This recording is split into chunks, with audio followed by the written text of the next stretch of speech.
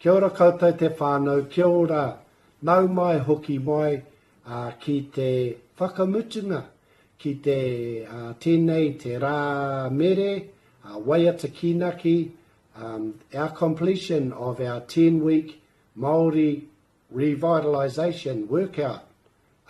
It's been wonderful. We've met some wonderful people along the way, and others who have joined us, and all you out there in the in-house, out there, and online wānanga. It's been a joy. It's been a pleasure to share, boots and all, and mistakes and all. We've been grateful for all your support, all your feedback.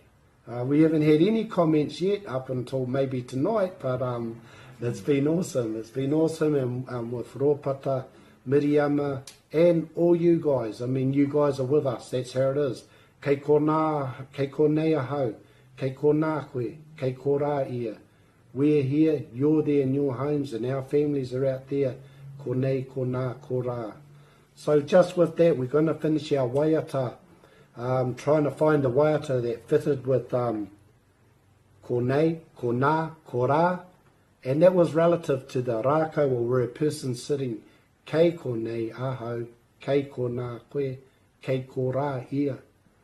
We found a waiata that we thought was pretty appropriate, and it was written by Ngoi Ngoi, Pewhairangi, Dalvanius Prime, and all the various whānau that supported them with the Pātea Māori Group Club, and all those people of those times.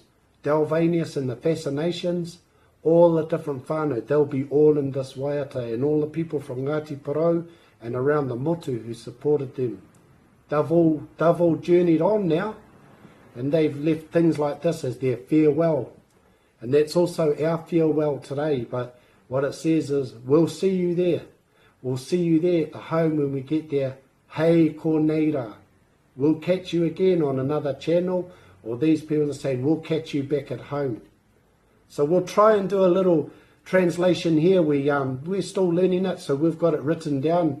But we're going to leave that with you, and from the whānau, thank you for joining us over the 10 weeks. And look out for our next kaupapa that's coming up. It's called Te Pātaka Reo. We'll be meeting back here at Te Pātaka.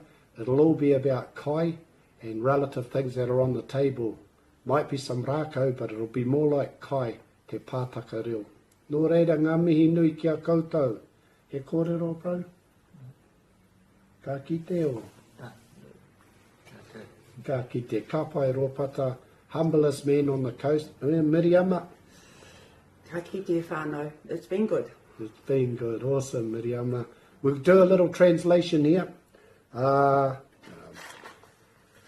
konei rā, ka hoki au ki te kāinga. Farewell. I will come back to the village one day. Ka pai, Miriama. Tēnā te wā, ka kite anō, tātou ia tātou, katoa.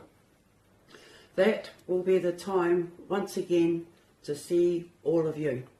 Ka pai. Nā te aroha, I piri ai, te rongo mau, ki te whenua. The spirit of love has been firmly fixed by what I have heard from you in this place where I was born. Kia ora, Miriama. Ka tipu te pono, ka tipu te pono, me te tika. May the fact of that grow, may the truth of that grow and become a guiding truth. Ka pai Miriama, ka pai bro, ka pai mere, waiata mai. Remember Dalvanius and them like, Ngoi Ngoi Pewhairangi says, you're going to make a lot of people grumpy when he was writing all those songs and putting all that jazzed up music to it, and look, it ended up being wonderful. So we thank them all and all our tipuna for leaving us te reo rangatira and these taonga. We'll see you out there soon. Hei konei rā. Hei konei rā, ka hoki au, ki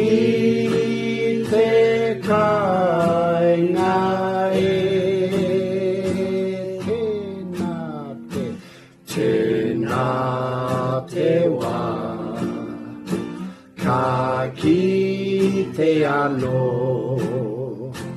Tātou ia tātou katoa. Nā te aroha I piri ai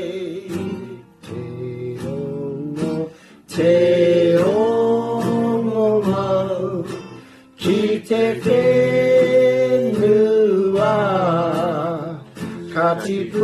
whenua ka tipu te pono me te tika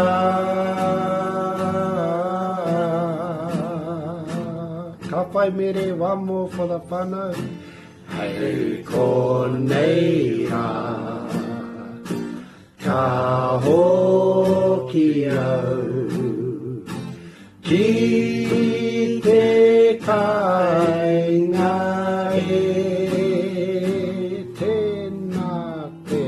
tēnā te wā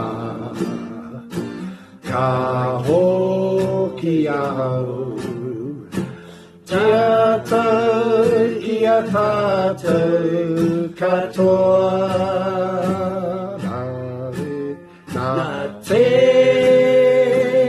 aroha I piri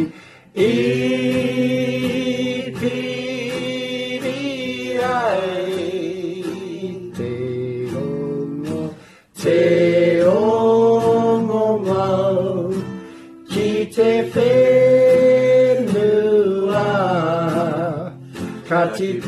whenua ka tipu te pono me te tika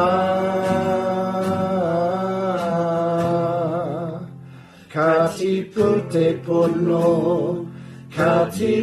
te pono me te tika